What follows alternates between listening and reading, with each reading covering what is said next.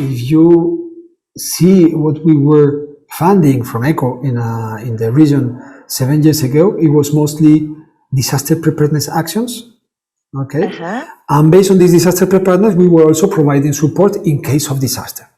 Okay, so this was the case, for example, of Haiti earthquake or the floods in Peru or whatever. So basically, the main scheme or the main strategy in the region was basically to reinforce the capacities to respond to natural hazards, with the exception of Colombia conflict, in which we were already working. We have been working starting from 1994, but it was an exception, the response to conflict. Okay, so most of our budget was devoted to preparedness and response to natural hazards.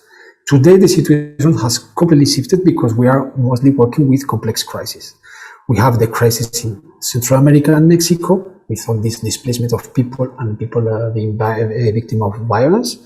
We have the Venezuelan mega crisis, which is affecting the whole region.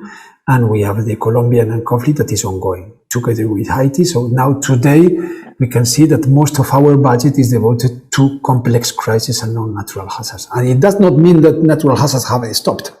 Yeah, it means that now we have another layer of problems, and a huge one. So today, we can see that Latin America is a serious concern in humanitarian terms. It's a serious concern because we have crisis ongoing, and we are funding NGOs, UN agencies, Red Cross. We are not implemented by ourselves, in principle. We are just funding as you know, ECHO, we call ECHO partners that are in the field. And our work as ECHO is to follow up the humanitarian situation in order to be able to assess better what are the priorities that we should fund in each region, in each crisis. Also, to know and to get in contact with our partners in the field, because it's the way of know what are their capacities, the specialities, the skills, and like this. And also because the reflection about the strategic reflection with them has to be done together. And also to monitor this project. It means that when we are funding, we are selecting.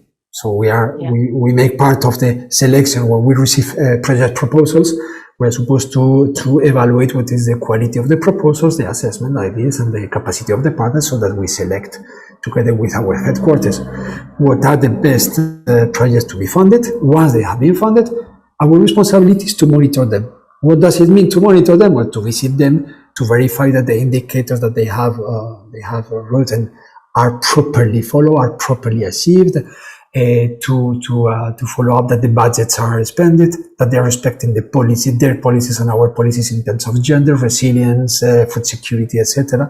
So in order to be sure that everything is spent on that. So this is a responsibility because this is money from taxpayers in Europe that is being spent by our partners, and this is our responsibility to go on to support.